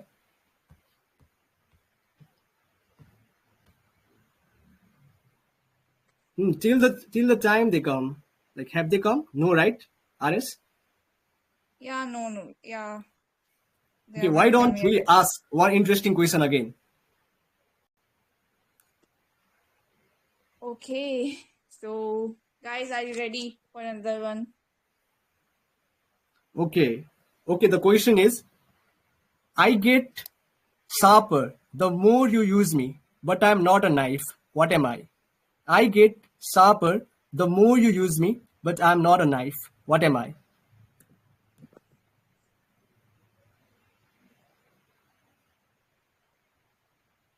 Well, should I give them a hint, Duke? Okay, the right answer is given me by a dot, but dot, now the group is open. No need to do it in DM. Now, are our participants here? RS? The hint is what Ryuk is not having is the answer. So guys, it's easy peasy now. Likewise, RS, likewise. I say the same about you. You too lack it. Oh, now you made it too easy for the audience to guess, huh? RS, are your fellow Democrats here for the second round? Yeah, let me just, I'll come back.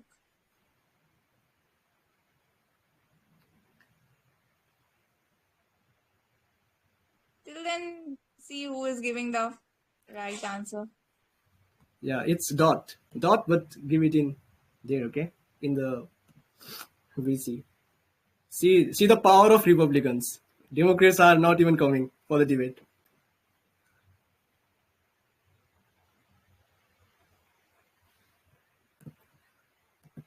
RS? They will be coming. Just wait.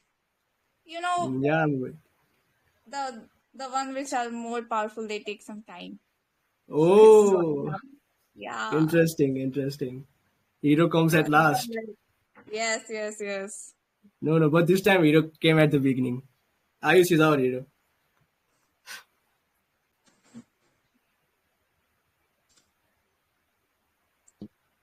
So we got the name of the participants.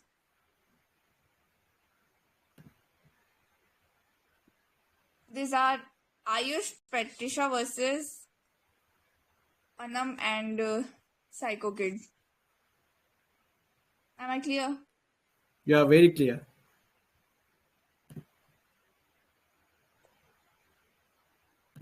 Guys, are you there? Ayush, Patricia, please. I'm there. Yes, we are there.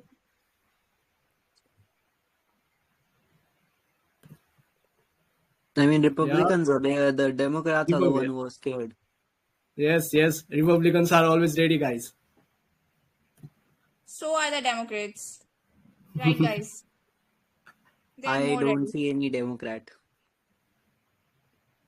My God, Republican flag is flying so high. I'm so happy today.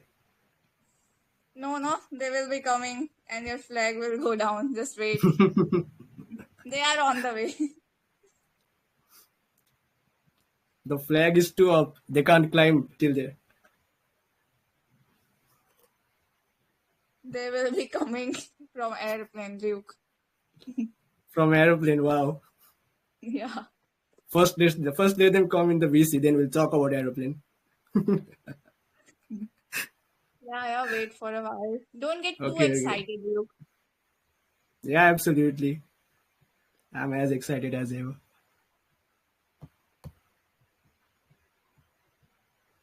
So I have another question. Wow, ask it. Yes. What comes once in a minute, twice in a moment, but never in 1,000 years? The letter M. Oh my God, Republicans are slaying it even in the quiz. Wow, But in Patricia. debate, just see the debate, yeah. It's not a quiz now. Just wait for the debate. Democrats gonna rock. Everywhere we are winning. Wow. I mean, we are waiting, but we are kind of tired. I mean, like, if you are scared, just give up. Easy. Wow, our captain. Oh, what a word from No you. one is scared. Anam is here. Anam, please.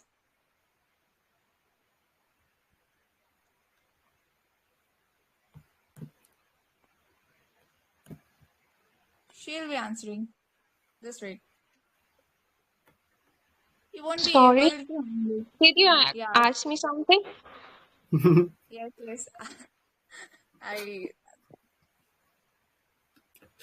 Okay, are all your participants here, Aris? All right. So, Anam, Patricia, are you there? Patricia is here.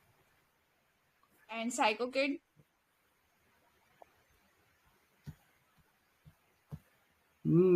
Psycho Kid is not here. Maybe he's stuck in the traffic jam. Yeah.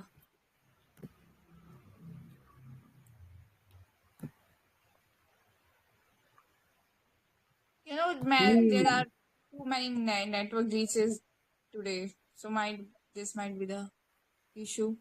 Let's wait for a while. Sure. That's the only thing that we can do. Okay, guys, I want to ask you one more question. It's a very easy question for you all. And the question is, which is the longest river of the world? What is the longest river of the world? Please, let's see. Who types it fastest? Wow. Ganesh sir, wow. Ganesh sir is the leader now with 2 points. So guys, we have a bit changes. Instead of Psycho quiz, we have Vijay with us. Vijay, are you there?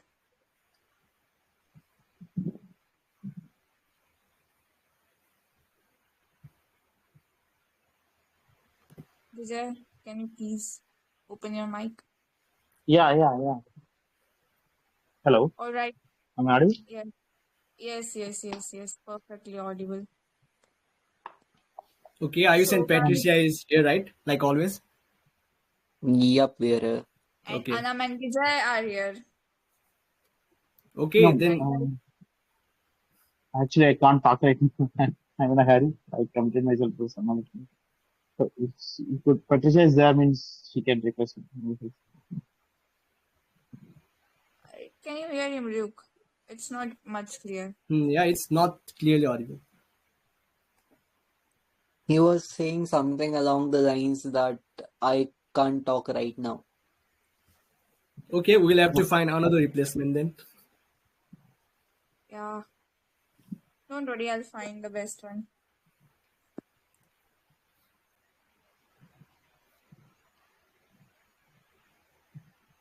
Till Okay, then, we'll guys. go with... Okay, guys. I want to ask one more question. Okay. Okay. Let's see who answers is the fastest. What is the highest mountain in the world? Everest. Wow, wow. Very quick. Okay.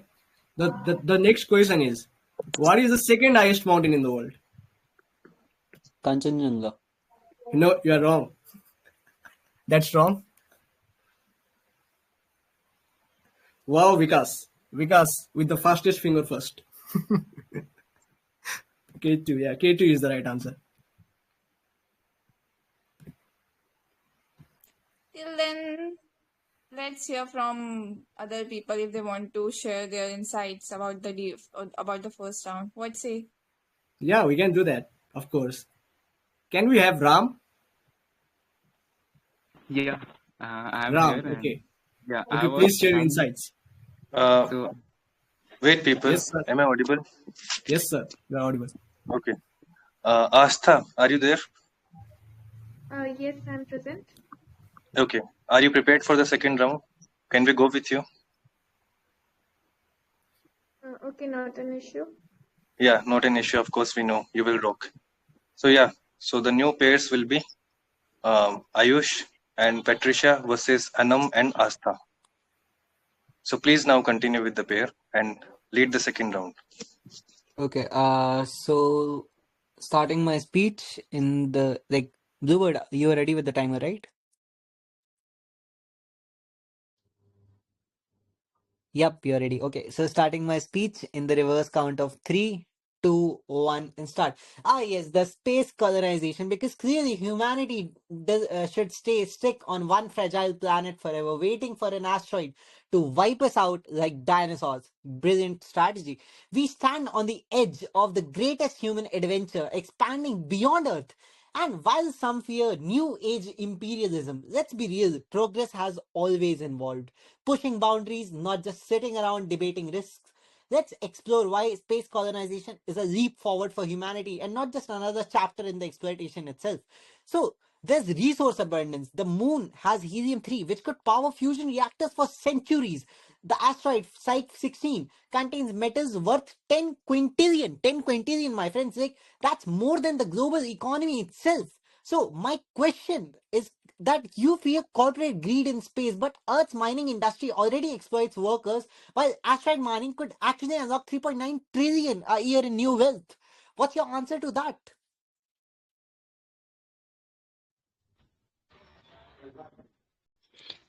Oh, that's really good question, Mr. Ayush. But let me tell you why space exploration is dangerous. As you know that we are destroying our Earth, and now we are finding the another solution because people are not finding the good solution on the Earth, and they are already given too much out of the Earth, and now they are getting something from the space, and they want to destroy the space as well. Because I want to mention one thing that rich get richer. Big companies like the SpaceX and the billionaires like the Elon Musk, they only control over the space, and they only have the ability to research and set the satellites satellites on the Mars. So if we are keeping these big companies are only keeping the profit and leaving poorer countries out, and they cannot afford it like such a big research on the space. And what about the space debris? Almost more than 128 Okay, I billion get your question. I get your question. So you say that we want to destroy space, but I mean, how humans destroyed Antarctica? Like, we actually created the Antarctican Treaty to protect it. Funny how the same space agencies just invented environmental laws is suddenly assumed to be incapable of creating the sustainable space policies. And let me just tell you, if you're just worried about the rich getting richer, then if that is the real problem, that who controls the wealth, let's regulate the space development instead of whining about it from like our soon to be overcrowded planets, right? And we are not just exploiters. Let's I mean, like, even if you stay on the earth and continue exploiting its resources, they are about to run out. They are about to run out, and what will you do after then?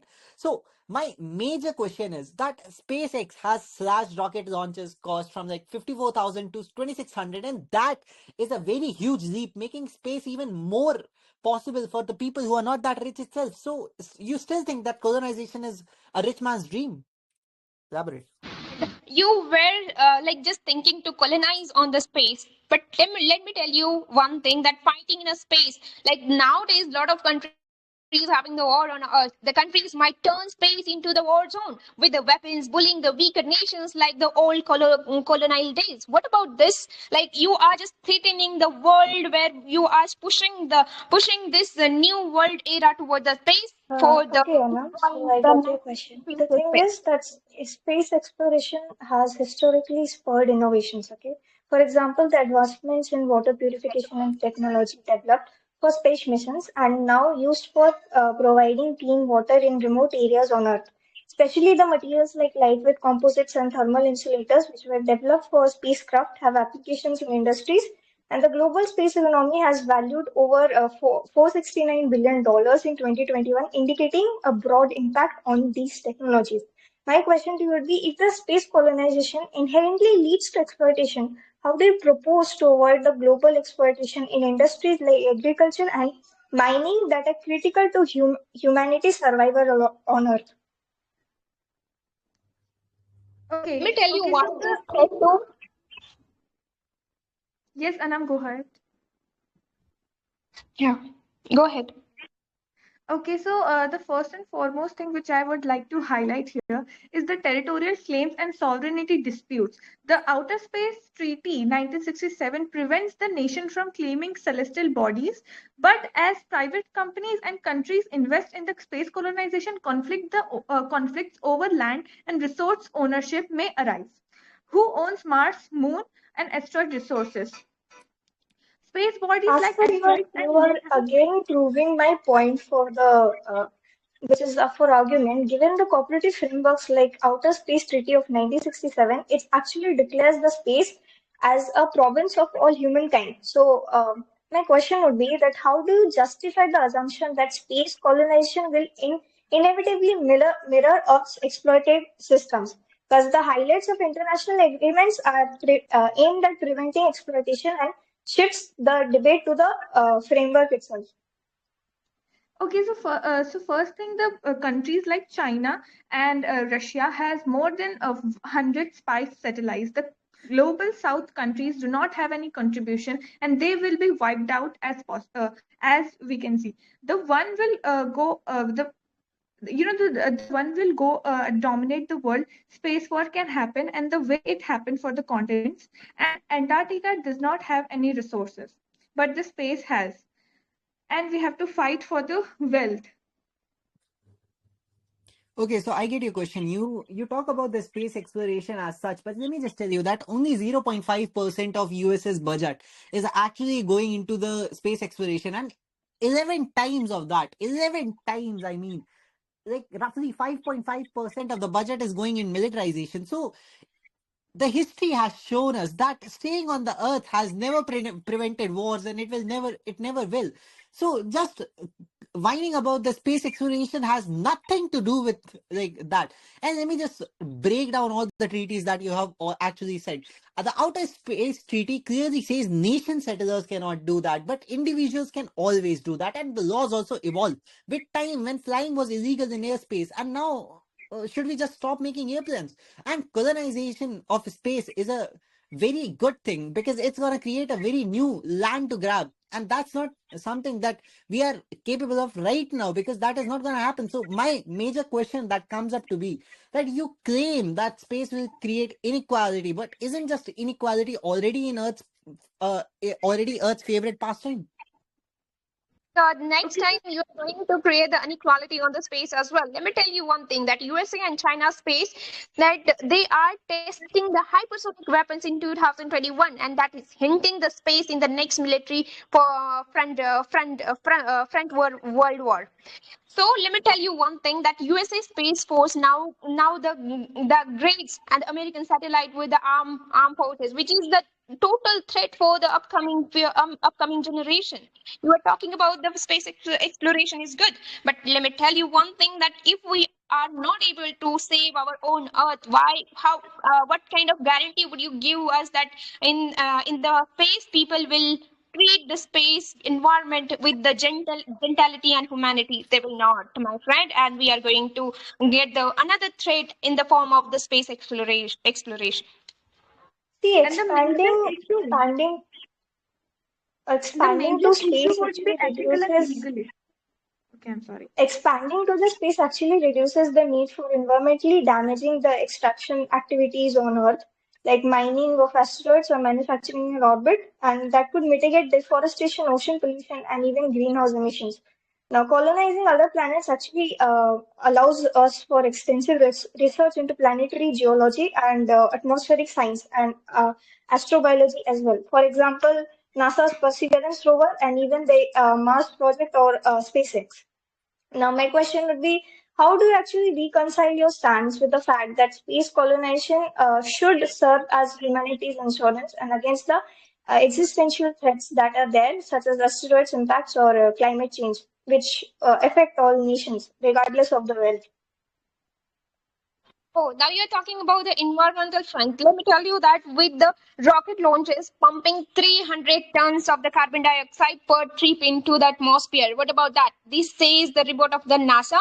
This mention is this data in their report. How will your more frequent space travel not worse than the climate change on the Earth that will destroy the Earth as well as the environment of the space, and that there would be no chances, and there is a very less probability of the agriculture, and you are supporting that we are going to do agriculture over the space because people are lacking the food on the Earth, and we are not able to do the agriculture on the space. It is next to impossible, which whatever you are putting the point, that is just a hypothetical situation which is you are going to create. But I would say the still end of the point, I will support that Okay, so we let should me not answer support that, the right? So space the rockets only colonization. constitute to 0.1% of the damage. Time up.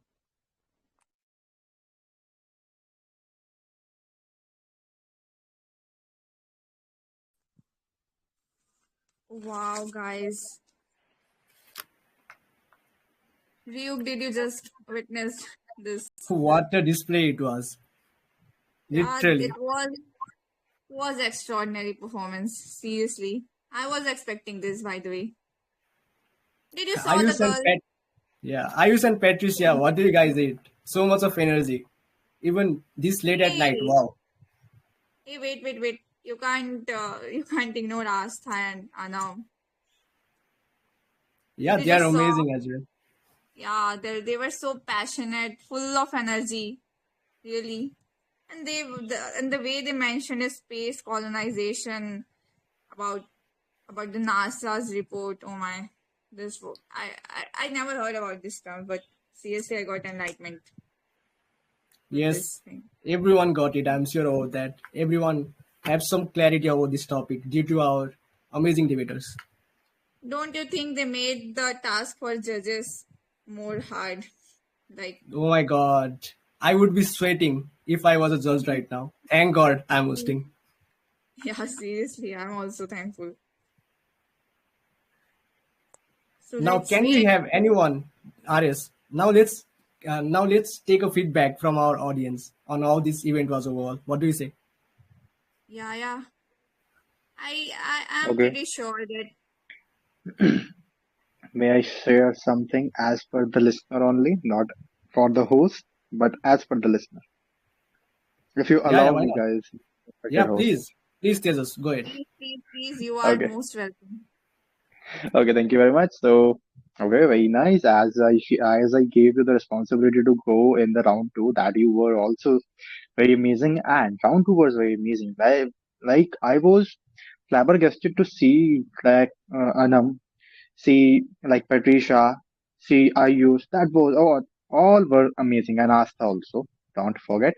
And the points are such a great, very nice point. Like I was thinking, how can someone think like that? Okay. And people and Ryuk and Raras, you are such a great host. I can say like that. And nice engagement from your side, dear buddy. So that's how this is my observation to take this debate. That's a very nice, and I am getting some clarity about the topics and about uniform civil code and migration and something board banking. Now I have some clarity by these points. Wow, such amazing point. Thank you.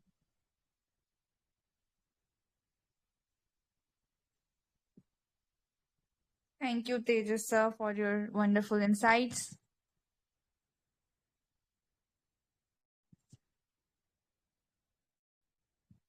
Okay, Guys, and I also want to share that your hosting was really very awesome, and both the team were really performing really very good, and the topics were different, and still they were performing like a team. So it was really amazing, and I would like to congratulate both the teams.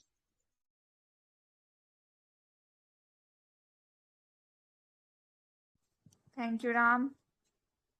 So we witnessed incredible exchange of ideas, passionate arguments, and thought-provoking discussions right now. But guys, there's a bad news. I mean, I have to, and we all have to hold for tomorrow. The results gonna announce tomorrow, not today. Okay, guys, but we have a poll in the group, so you guys can have your say there. Okay, and this is an anonymous poll, so don't worry. Whoever you vote, like your name won't be there. Please vote. Hey, But Ryu, I Which team want will will prevail? this be having any impact on the results, or is it just to know No, the it won't have audience? any impact on the results. Judges are very unbiased in our Mm-hmm. end. Okay.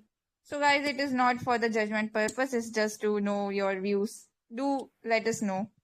Okay, but I want to share one opinion that what if we although this poll won't have any impact on the results, but it can have the impacts on the DP of the host. What do you say? That was very nice. Like I was also thinking about that. Like they were whatever they committed before. Now we are going to put a DP and all kind of things. Let's see, people. Like that's not gonna happen or bad.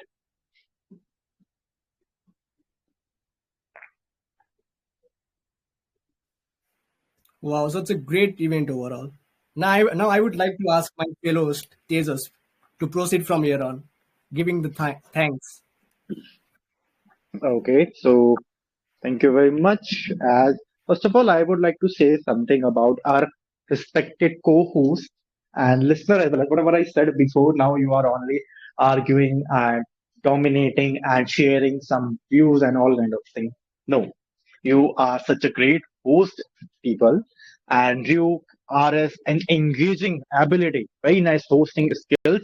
I appreciate your hosting skills. Such a nice person and nice hosting.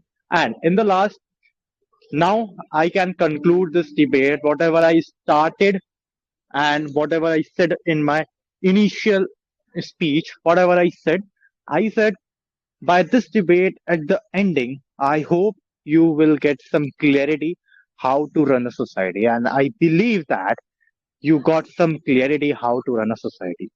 And for this, the result is not declared. I hope our judges are working over that.